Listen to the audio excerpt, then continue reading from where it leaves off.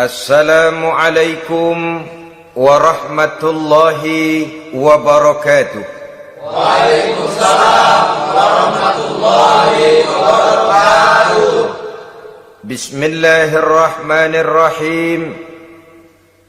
Alhamdulillahi rabbil alamin. Wal aqibatu lil muttaqin. Wala udwana illa 'alal zalimin. والصلاة والسلام على أشرف الأنبياء والمرسلين سيدنا ومولانا محمد وعلى آله وأصحابه المجاهدين الطاهرين أما بعد. Saudara-saudara kaum muslimin rahimakumullah. Salah satu kelebihan makhluk bernama manusia, yaitu bahwa Allah subhanahu wa ta'ala menghiasi hidup manusia ini dengan syahwat, atau yang lazimnya kita sebut sebagai hawa nafsu. Inilah tenaga yang merupakan daya dorong yang melahirkan dinamika dalam kehidupan manusia, yang menyebabkan terus-menerus terjadinya perkembangan dalam sejarah peradaban dan kehidupan manusia. Hawa nafsu bisa melambungkan seseorang kepada puncak kejayaan, dan hawa nafsu dapat menenggelamkan seseorang ke dasar jurang kehancuran yang paling dalam. Saudara-saudara kaum muslimin rahimakumullah, sejak zaman klasik sampai kepada zaman kita sekarang ini, kita melihat kecenderungan syahwat kepada wanita ini. Julius Caesar yang katanya gagah perkasa ternyata tunduk di bawah kaki Cleopatra. Napoleon Bonaparte, the Lion of Europe, singa daratan Eropa, luas kekuasaannya, gagah perkasa tentaranya, kepada siapa dia tunduk? Ke bawah kakinya Margaret Josephine.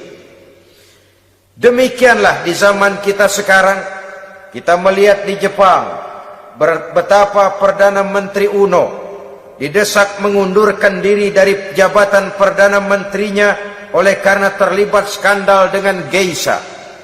Kita juga melihat di Amerika betapa Senator Gary Hart dari Partai Demokrat yang masih muda, jenius, diharapkan masa depan Amerika lahir dari tangannya, terpaksa mengundurkan diri dari calon presiden oleh karena terlibat skandal dengan Donna Rice.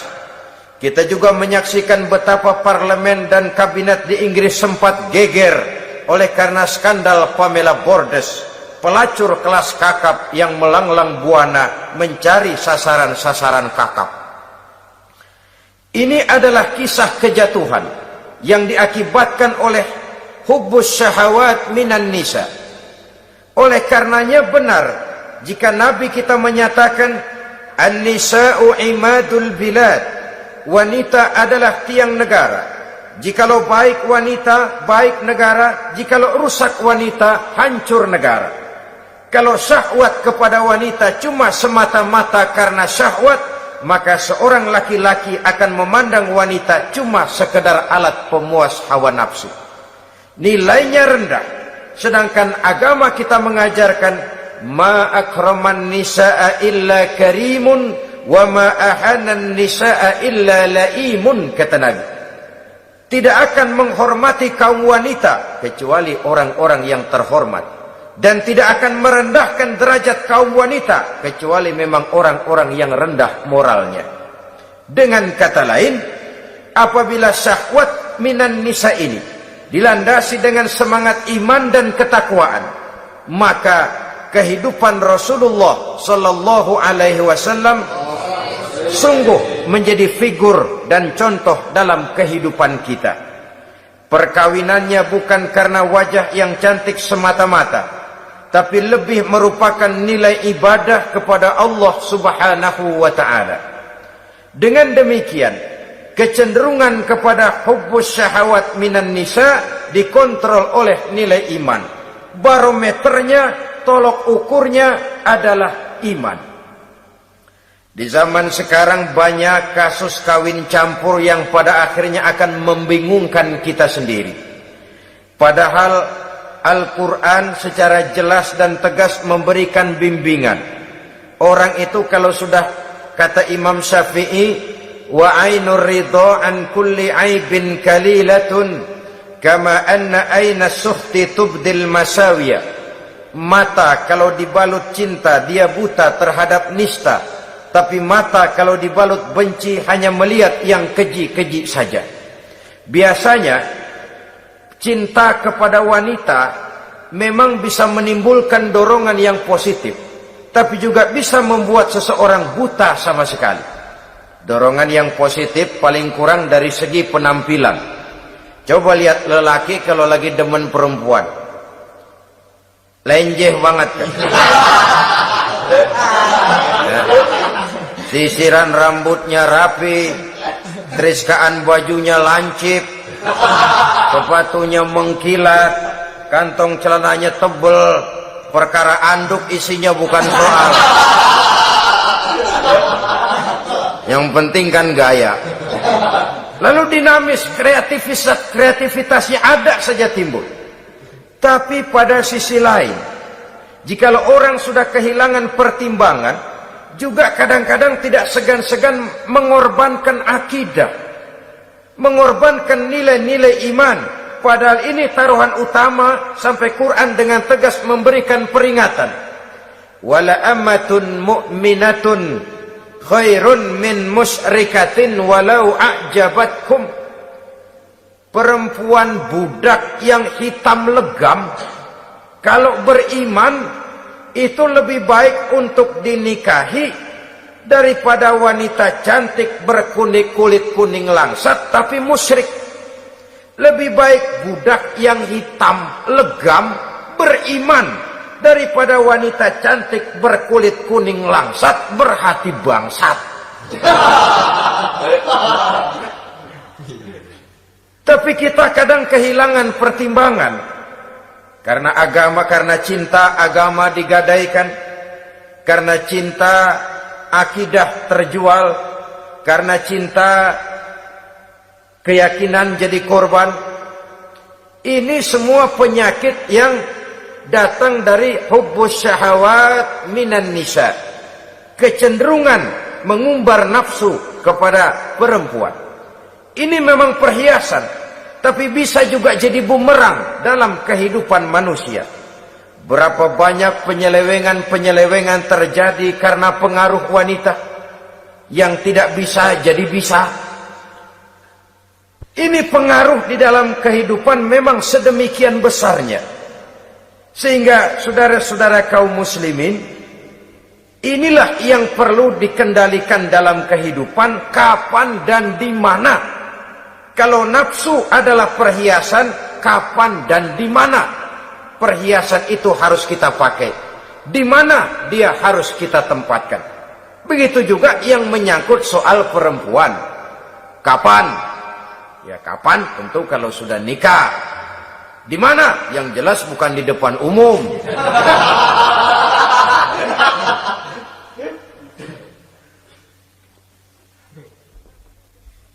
Ini nafsu yang pertama, minan nisa.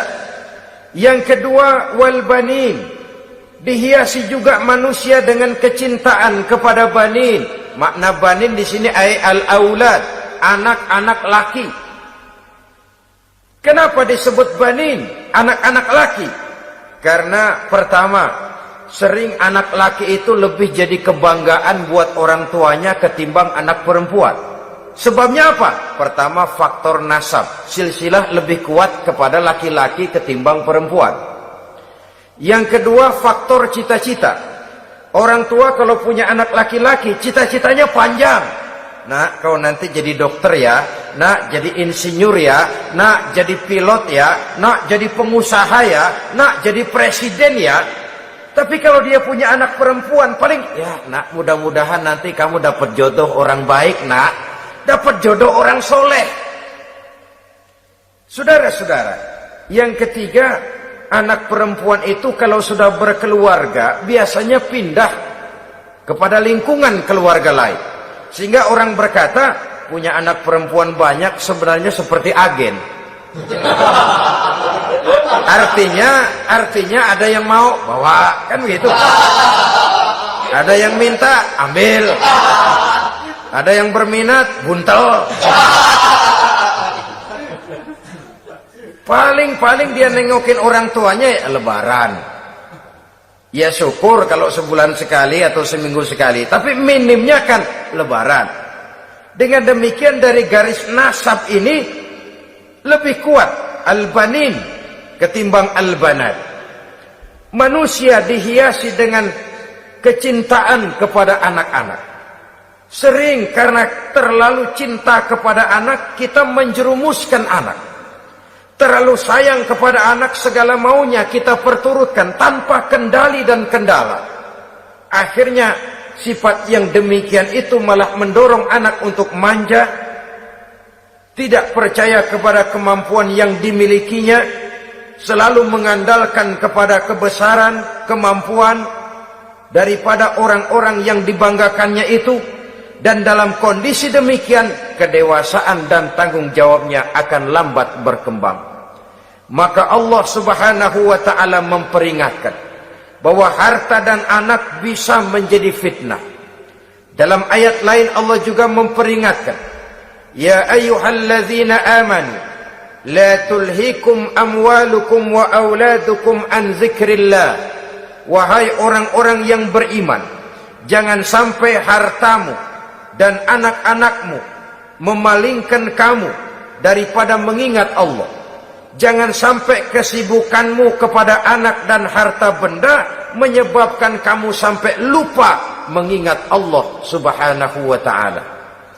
Berapa banyak manusia yang tenggelam dengan melupakan Allah, jauh dari agama, jauh dari tuntunan syariat, oleh karena disibukkan oleh persoalan anak dan persoalan harta benda. Maka satu-satunya jalan, jikalau kita tidak ingin anak kita sampai memalingkan kita daripada mengingat Allah, nilai-nilai keimanan harus ditanamkan kepada mereka sedini mungkin. Dengan bekal ini, maka mereka, anak-anak kita, insya Allah tidak akan membuat kita orang-orang tua ini berpaling daripada mengingat Allah, berpaling daripada kehidupan beragama. Memang karena anaklah kita orang tua peras keringat banting tulang, pergi pagi pulang sore cari nafkah. Karena anaklah kita orang tua, kepala jadi kaki, kaki jadi kepala. Asal mereka bisa menikmati hari depan yang lebih baik dari yang kita nikmati sekarang ini. Tapi berapa banyak juga orang-orang tua yang tidak sadar akan amanah berupa anak ini. Mereka lalai, mereka bersikap masa bodoh, padahal tidak akan ada yang tidak dipertanggungjawabkan di hadapan Allah Subhanahu wa ta'ala. Orang tua bisa mendapat pensiunan pahala kalau anaknya tumbuh menjadi anak yang soleh. Tetapi orang tua pun bisa saja masuk neraka karena anaknya menjadi anak yang kurang ajar dan orang tuanya sama sekali tidak pernah memberikan pendidikan yang sebagaimana mestinya. Saudara-saudara kaum muslimin rahimakumullah, kita tentu berharap memperoleh pensiunan pahala dan bukan mendapat tambahan dosa dari kekurang ajaran anak-anak kita akibat kita sebagai orang tuanya tidak pernah mau mendidik mereka. Dalam hadis ada diriwayatkan, ada anak kurang ajar, sembahyang tidak, puasa ibadah tidak, kenal Allah tidak, beriman pun tidak, dosa kelewat banyak, kejahatan berkarat. Di akhirat nanti disidang dia, ditanya, kamu kenal siapa Tuhanmu? Tidak. Kamu tahu siapa nabimu? Tidak. Kitab sucimu apa? Tidak tahu. Kiblatmu di mana? Tidak ada. Kamu sholat? Tidak pernah. Kamu puasa? Tidak pernah. Wah, kalau begitu kamu rusak sekali. Kamu neraka. Anak ini mengajukan protes. Saya menuntut keadilan. Benar saya tidak kenal siapa Tuhan saya. Saya tidak tahu apa kitab suci saya. Saya tidak pernah mendirikan sholat. Tidak pernah melaksanakan puasa. Pendeknya tidak ibadah dan tidak iman. Tapi semua itu terjadi. Sebab-sebabnya tidak lain karena orang tua saya tidak pernah mendidik dan mengajarkan saya. Orang tua saya tidak pernah mengarahkan saya ke jalan itu. Sampailah saya seperti keadaan yang sekarang ini. Orang tua saya enak-enakan ngaji, saya teler diantepin aja. Orang tua saya memegang kitab, saya megang botol. Dia tahu, dia diam saja. Dia tahu dan dia tidak memberikan peringatan. Karena orang tua saya lah, maka saya jadi seperti sekarang ini. Kalau saya harus masuk ke dalam neraka, saya menuntut keadilan agar orang tua saya juga ikut bersama saya gabung ke dalam neraka. Orang tuanya yang baik-baik dipanggil, sudah mau berangkat ke surga nih orang tua, dipanggil, "Ntar dulu mas, ini dulu." Mau kemana, gancang banget? Surga pak, nanti dulu urusan belum beres. Ini benar anakmu ini? Dilihat anaknya, iya anak saya ini. Waktu di dunia nggak pernah diajarin ngaji, nggak pernah. Sampai dia nggak kenal Tuhannya, nggak kenal nabinya, nggak kenal kiblatnya, nggak kenal kitabnya. Iya. Dia sembahyang, kamu dia nggak sholat, kamu diemin aja. Iya kali. Kenapa pakai kali? Yang benar ngomong mas. Ramadan dia nggak puasa, kamu nggak tegur, kamu diam saja. Iya. Wah, kamu nggak tanggung jawab. Kamu tahu anak itu adalah amanah. Menyia-nyiakan amanah adalah khianat. Khianat adalah dosa besar. Jadi bagaimana saya? Ya kamu gabung sama anakmu, join ke neraka berdua bareng. Lantaran kamu tidak mau mendidik mereka, anak-anakmu, maka jadilah anak-anakmu seperti sekarang ini. Saudara-saudara kaum muslimin rahimakumullah. Sebaliknya, jikalau anak-anak kita yang kita cintai ini, yang merupakan buah hati belahan jantung, tumbuh dan berkembang menjadi anak-anak yang soleh, yang bermanfaat bagi masyarakatnya, bagi agama, bangsa dan negaranya, kita orang tuanya bolehlah tentram menerima pensiunan pahala. Menerima pensiunan pahala dari kesolehan anak yang ditinggalkannya. Alangkah nikmatnya mendapat pensiunan pahala. Terbaring kita di bawah pohon kemboja, nilai kebaikan kita dikenal orang, nama kita akan tetap hidup. Oleh karena kita meninggalkan anak-anak yang tumbuh menjadi generasi yang soleh, bukan anak yang salah. Oleh karenanya, kecintaan kepada anak jangan sampai membuat kita lalai dari mengarahkan mereka kepada kehidupan beragama. Di zaman sekarang ini, kecenderungan kita mengarahkan anak pun sudah kepada kecenderungan yang berbau materialistis. Maka yang ramai bagaimana anak bisa mengejar program MBA, Master of Business Administration, supaya keluar bisa jadi manajer. Bagaimana anak lalu kursus komputer, supaya keluar menjadi tenaga yang canggih di bidang komputer. Ya, kalau dia perempuan cantik, bagaimana dia bisa masuk Akademi Sekretaris and Management, supaya bisa jadi sekretaris. Atau bagaimana dia bisa masuk sekolah nyanyi, supaya nanti jadi penyanyi dengan tarik suara, uang lalu mengalir ke dalam kocek jutaan nilainya. Maka yang ramai pun hal-hal yang semacam itu. Dalam pada itu, pengajian, kursus-kursus keagamaan, study club yang membicarakan masalah-masalah agama, ramainya kadang-kadang kalau bulan Ramadan, dianggap training center. Ya lumayan, daripada tidak sama sekali mah lumayan. Tapi dengan demikian ini kan merupakan bagian terpokok dari kehidupan manusia. Alangkah idealnya jika dia mengantongi gelar MBA, Master of Business Administration, tapi punya nilai iman yang tangguh, ahli komputer, tapi punya keyakinan beragama yang mantap. Dan ini harus ditanamkan lebih dahulu sebelum dia menguasai disiplin ilmu yang lainnya. Saudara-saudara kaum muslimin rahimakumullah, kecintaan kepada anak-anak sering mendorong seseorang untuk menimbulkan sifat nepotisme. Segalanya serba garis keturunan. Sejak ia jalur birokrasi sampai ke dalam kehidupan sehari-hari, nepotisme ini bisa terlihat. Orang kehilangan kondisi objektivitasnya. Mampu atau tidak soal lain, bidangnya atau tidak bukan soal. Yang penting masih ada hubungan keturunan. Maka timbullah tumpang tindih untuk sesuatu pekerjaan yang tidak sesuai dengan kemampuan dan keahliannya.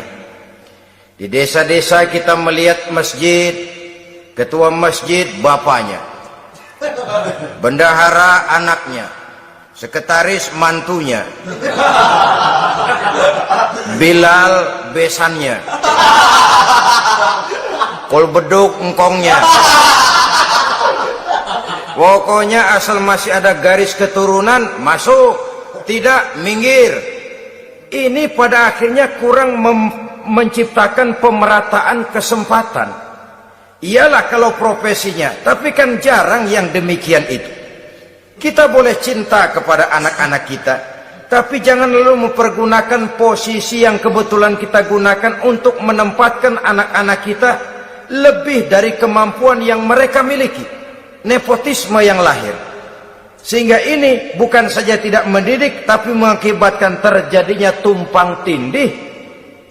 Tidak lagi berprinsip the right man on the right job, bahwa orang harus ditempatkan sesuai dengan keahliannya. Tapi kita sudah berpikir subjektif, ahli atau tidak ahli, asal masih berbau keturunan, ayo silakan. Nepotisme yang akan lahir. Oleh karenanya, mencintai anak adalah sesuatu yang merupakan perhiasan di dalam kehidupan. Wajar, tetapi harus kita menempatkannya sesuai dengan semestinya. Ini yang kedua. Yang ketiga, nafsu yang menghiasi hidup manusia itu adalah nafsu kepada wal qanatiril muqantarati minadz zahabi wal fiddah. Al qantarah ay al malul katsir. Kecintaan, kesenangan, nafsu kepada harta benda yang banyak daripada emas dan perak. Ini tentu sesuai dengan situasi dan kondisi. Kecintaan untuk mengumpulkan harta benda yang sebanyak-banyaknya, baik itu berupa emas, baik itu berupa perak. Ini cuma penyebutan beberapa jenis dari kecenderungan manusia kepada harta benda. Bukankah sering dikatakan orang bahwa manusia di dalam berhadapan dengan harta itu seperti meminum air laut. Makin diminum, makin kering tenggorokan, makin haus kita dibuatnya. Apabila watak ini kita perturutkan, maka manusia tidak akan pernah kenal puas, tidak akan pernah kenal cukup. Nabi kita memberikan peringatan, "Lau anna libni Adam wadiyani min zahabin labtagha lahu mathalisan wa la yamla'u jawfa ibni Adam illa turab." Andai kata manusia mempunyai dua buah ladang yang seluruhnya berisi emas, akan puaskah manusia? Tidak, mereka akan cari ladang emas yang ketiga. Wala yamla'u jawfa ibni Adam illa turab. Sungguh mulut manusia ini tidak akan pernah penuh terisi kecuali kalau sudah disumpal dengan tanah. Artinya kalau sudah dia dipendam di liang lahat baru cukup. Tetapi sepanjang dia masih bergerak, masih hidup dan bernyawa, masih bisa berusaha dan berbuat, dia tidak akan pernah mengenal puas. Ini akan mendorong manusia terjebak kepada menghalalkan segala cara untuk mencapai tujuan. Yang penting kaya, kan begitu. Dan cepat. Sebab sekarang orang sering motong kompas. Yang penting kan cepat kaya. Soal cara, kalau jujur aja mah, sampai kapan mau kaya? Perkara itu renten, bukan soal. Perkara itu judi, tidak jadi masalah. Perkara itu korupsi, menyangkut hak orang banyak, bukan soal. Yang penting cepat kaya. Dan anehnya lagi, tidak malu menumpuk kekayaan dengan cara yang tidak wajar. Ya kan orang hidup bermasyarakat tuh bisa dianalisa tuh. Emang usahanya apa sih? Gajinya sebulan berapa sih? Kok bisa gitu-gitu bener sih? Dari mana sih? Secara langsung orang tidak berani bertanya, tapi dari mulut ke mulut akhirnya tersebar jadi rahasia umum. Si Ano kan punya ano, dia anonya seano.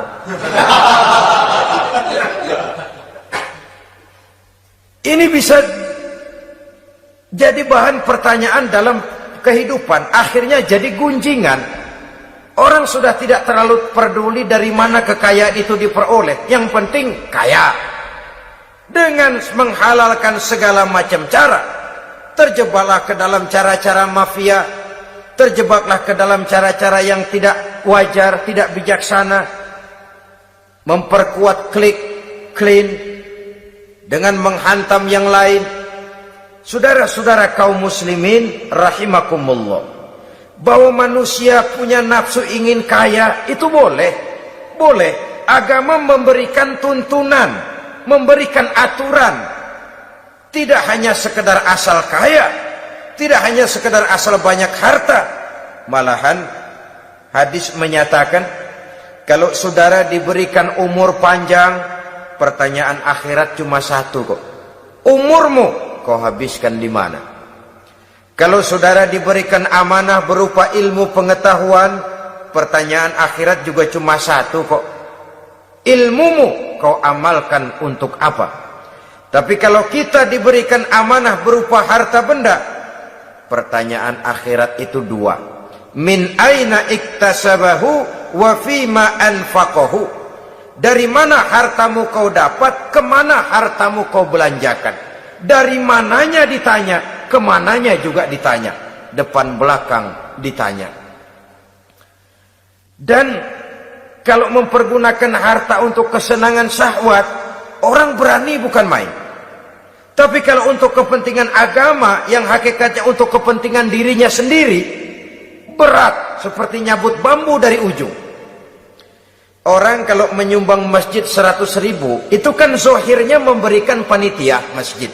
Tapi hakikatnya kan dia nabung buat dirinya sendiri. Seolah-olah dia cuma berkata, Pak, tolong saya titip 100.000, ini untuk kepentingan saya di akhirat nanti. Silakan uangnya mau dibelikan semen, pasir, kaca, pintu, jendela, silakan. Saya cuma titip, ini untuk saya di akhirat nanti. 100.000 Pak. Zohirnya dia memberikan kepada panitia masjid, madrasah, pesantren, yatim piatu. Hakikatnya dia nabung buat dirinya sendiri di akhirat. Malah tabungan ini bukan SDSB namanya, SDBS. Sumbangan dana berhadiah surga, itu SDBS namanya. Sekarang orang mengejar SDSB, lalu berat mengejar SDBS, sumbangan dana yang berhadiah surga langsung dari Allah Subhanahu wa ta'ala. Coba kalau dia main golf, sewa lapangan golf itu 400-500 ribu sebulan, paling 4-5 kali main. Beli stick golfnya saja sampai jutaan. Datang panitia pembangunan masjid 100. Minta didoain masuk surga lagi. Surga 100.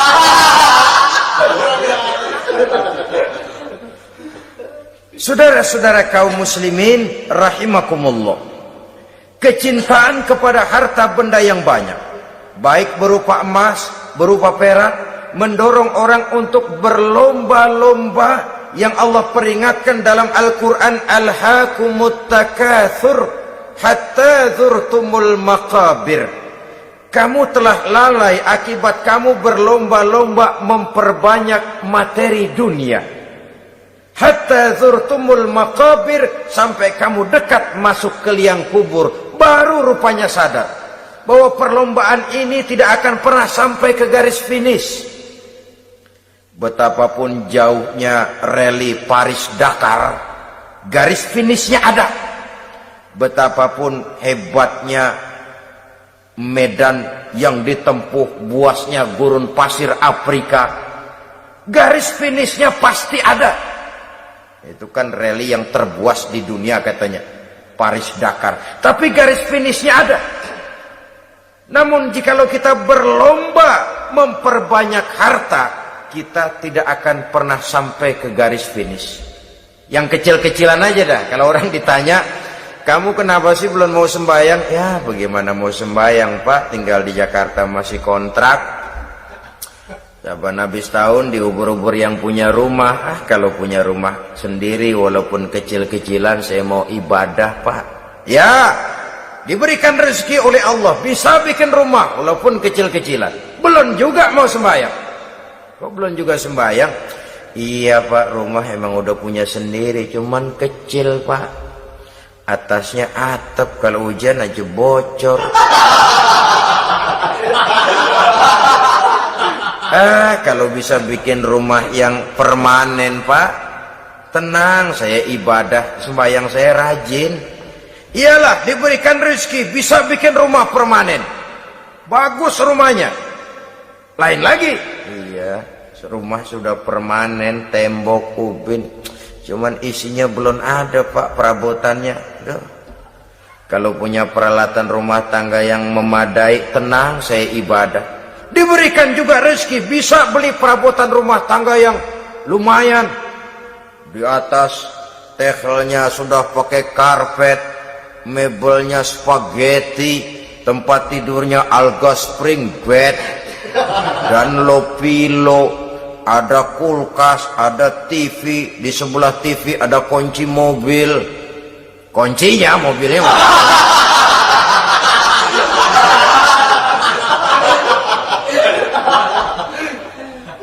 bagaimana? Sekarang sudah cukup perabotan. Perabotan sudah ada Pak, cuman kendaraan belum punya ini. Kemana-mana masih ngukur jalanan aja. Kalau punya kendaraan enak, kemana-mana cepet Pak, mau ke masjid juga getap dah, rajin. Diberikan rezeki, bisa beli kendaraan. Lain lagi nanti, sudah punya sepeda, pengen punya motor, kepengen punya mobil, kepengen punya pesawat terbang, pengen punya kapal induk. Sudah punya kebun, pengen beli sawah, sudah punya sawah, pengen punya gunung, sudah punya gunung, laut diborong.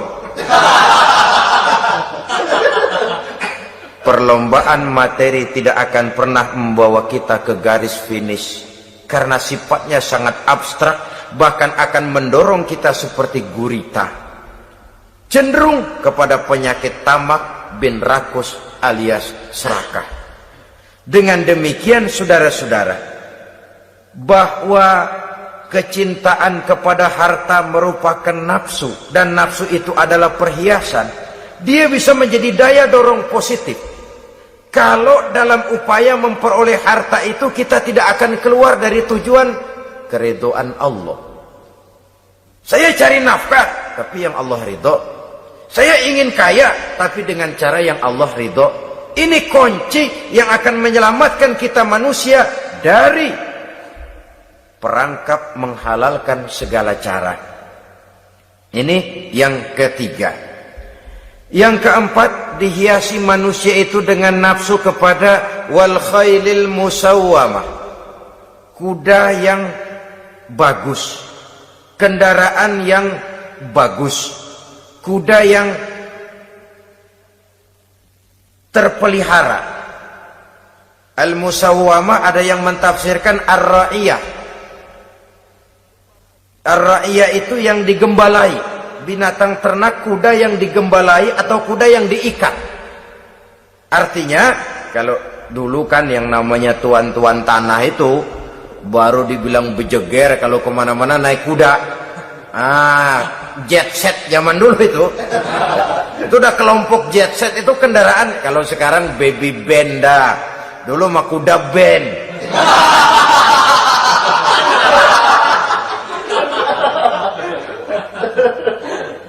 Manusia punya kecenderungan suka kepada kendaraan. Apalagi di zaman sekarang ini, wah, iklan-iklan itu kan sangat menggoda kita, melayani segala macam bentuk penjualan. Nah, ini lalu terangsang biar duit cekak. Kalau udah ngebaca itu, wah, berani banget dah. Tahu duit nggak mungkin cukup, tapi begitu baca melayani segala macam bentuk penjualan dengan fasilitas ringan. Nah, jadi dah. Jadi juga punya mobil, jadi dah. Perkara utang itu bakal nyekek leher, bukan soal. Kasihan saudara-saudara kita di daerah-daerah yang terjebak kepada iklan-iklan merangsang yang akhirnya di luar kemampuan. Sehingga terjebak pada saat dia harus mengembalikan kredit, dia tidak mampu, barang disita, uang hangus, nyengir deh. Bekipas sembari tahlil. Habis arang besi binasa. Bahwa kita menginginkan kendaraan yang serba baik, silahkan. Tiap akhir tahun ganti merek, keluar yang baru, ganti lagi. Itu kalau orang yang mampu. Buat kita yang tidak mampu, kenapa tidak bersyukur melihat yang lebih rendah di bawah kita? Alhamdulillah kita punya mobil, tangga kita cuman punya motor. Yang punya motor, syukur kita punya motor bisa rada cepetan. Tangga sebelah punya sepeda, mana-mana kekejek mulu. Yang punya sepeda, alhamdulillah punya sepeda. Tangga sebelah kemana-mana jalan kaki. Yang jalan kaki, syukur masih bisa jalan. Temen sebelah lumpuh bertahun-tahun gak. Yang lumpuh, alhamdulillah masih hidup. Tangga sebelah kemarin out nggak balik lagi. Saudara-saudara, saya pikir menengok ke atas itu perlu supaya ada rangsangan kita untuk maju. Tapi menengok ke bawah pun juga lebih perlu agar kita mensyukuri yang ada dan tidak suudzon, tidak buruk sangka kepada Allah. Apa yang diberikan Allah kepada kita sekarang ini, itulah yang terbaik menurut Allah untuk kita. Saudara-saudara kaum muslimin rahimakumullah. Dahulu ada seorang pemuda, matanya buta. Dia mengeluh, ya Allah, kenapa saya dilahirkan dalam keadaan buta? Apa dosa saya? Apa salah saya? Andai kata saya tidak buta, saya melihat keindahan alam ini, saya lebih akan bersyukur kepadamu ya Allah. Nah sudah, dia berburuk sangka kepada Allah. Satu hari, ini Raja Baduy di pedalaman mengerahkan tentaranya menculik anak-anak muda. Ini Raja Baduy ini kanibal, artinya suka makan daging manusia. Anak-anak muda ini diculik. Yang masih muda-muda ya, kalau kambing muda itu kan di sop rada sedap. Rupanya ini Raja kanibal ini begitu. Anak-anak muda termasuk ya pemuda yang buta tadi itu kena culik. Ya sudah diculik, rawatlah di istana raja ini, diberikan pakaian bagus, dikasih makan serba enak. Sebab apa? Supaya badannya gemuk. Setelah gemuk nanti dipotong di sop legit. Udah, kerjanya cuma makan tidur, fasilitas nikmat, tidur enak. Udah giliran dapat 1 bulan 2 bulan kemudian, ketika mau diambil anak-anak muda ini, raja sendiri yang milih mana yang disop duluan nih. Sampai giliran anak muda yang buta ini, raja geleng kepala. Yang begini mah buta, dagingnya nggak enak. Ini satu lepas saja, lepas. Saya mau makan daging orang buta, lepas saja. Pulang ini anak muda, batinnya bersyukur, sujud syukur. Ya Allah, katanya, untung saya buta. Coba kalau saya nggak buta, udah habis saya disop. 2 bulan yang lalu dia mengeluh, ya Allah, kenapa saya dilahirkan dalam keadaan buta? Sekarang dalam pulang ke rumah, perjalanan menuju ke rumah, dia berkata, alhamdulillah, andai kata saya tidak buta, habis badan saya disop oleh raja yang kanibal tadi itu. Saudara-saudara kaum muslimin rahimakumullah. Jadi dengan demikian, pola hidup yang konsumtif sesungguhnya sangat tidak mendidik apabila dilatar belakangi oleh kemampuan yang tidak menunjang. Dengan demikian setidaknya mendidik orang untuk berkhayal. Anak-anak muda sama merek mobil ngerti banget dah, punya kagak? Ini BMW model terakhir nih. Nih kemarin gue ngeliat di sana, gue megang rame banget.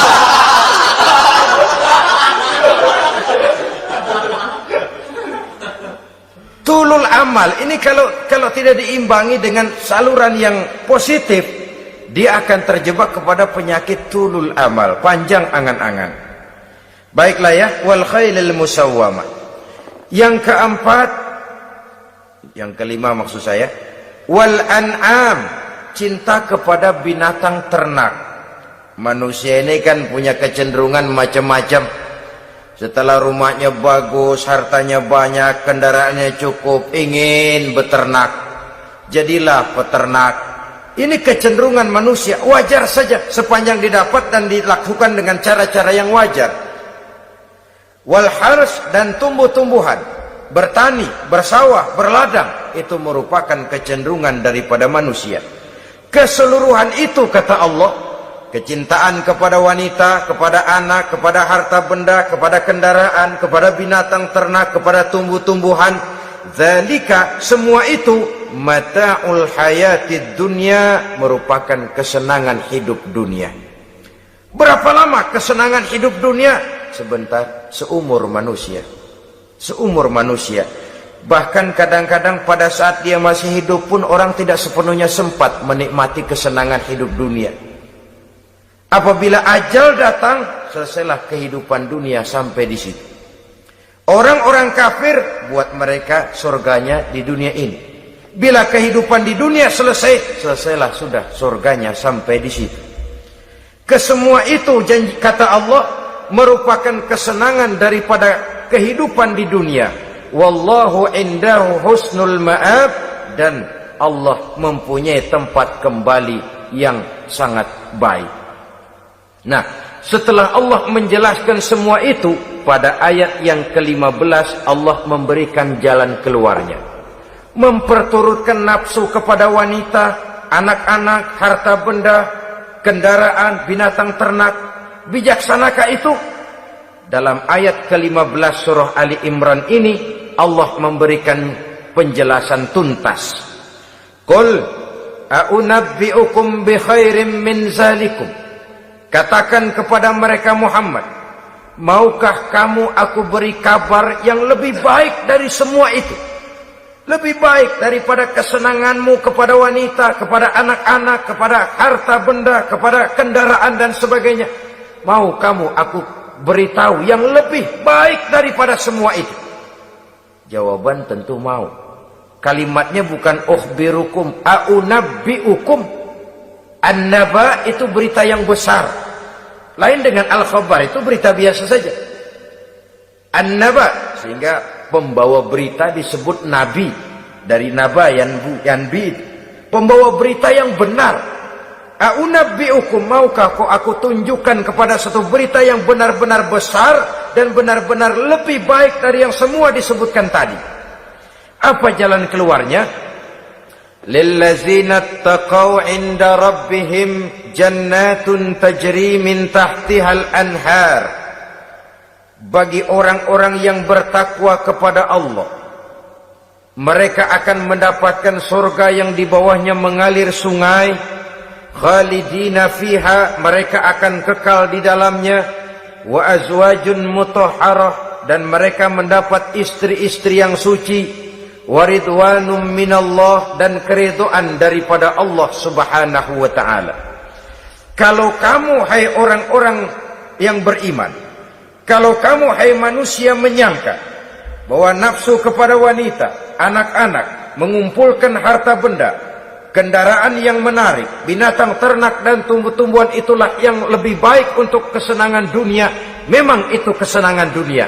Tapi nih, seolah-olah kata Allah, nih, saya kasih tahu kamu, aku beritahu yang lebih baik dari semua itu. Apa? Takwa kepada Allah. Kecintaan kepada wanita. Kalau takwa dasarnya, orang nggak amburadul, nggak semrawut, nggak pokoknya gue masalah perempuan dan membuat terus. Tapi punya kaidah, punya norma. Demikian juga kepada anak-anaknya. Demikian juga kepada harta benda. Pokoknya asal harta, mau halal mau haram, tekuk terus dah.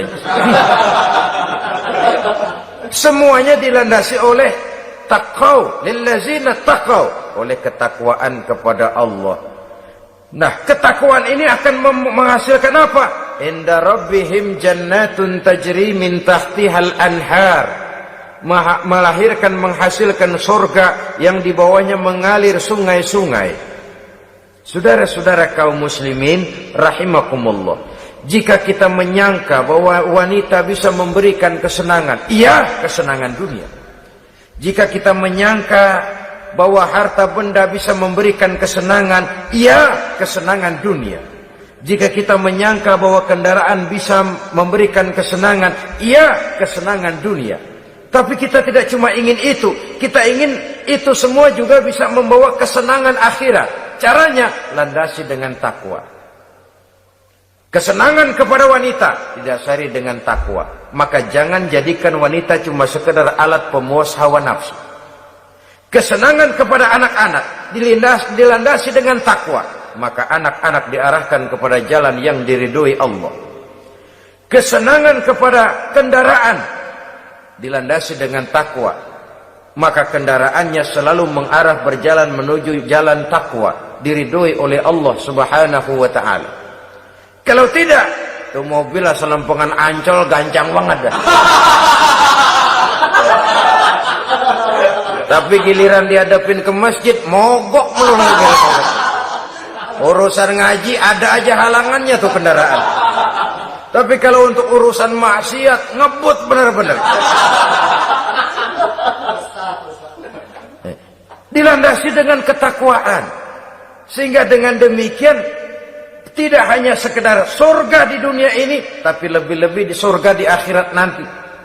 Khalidina fiha, kekal. Kalau dunia ini kan zillun zail, bayangan.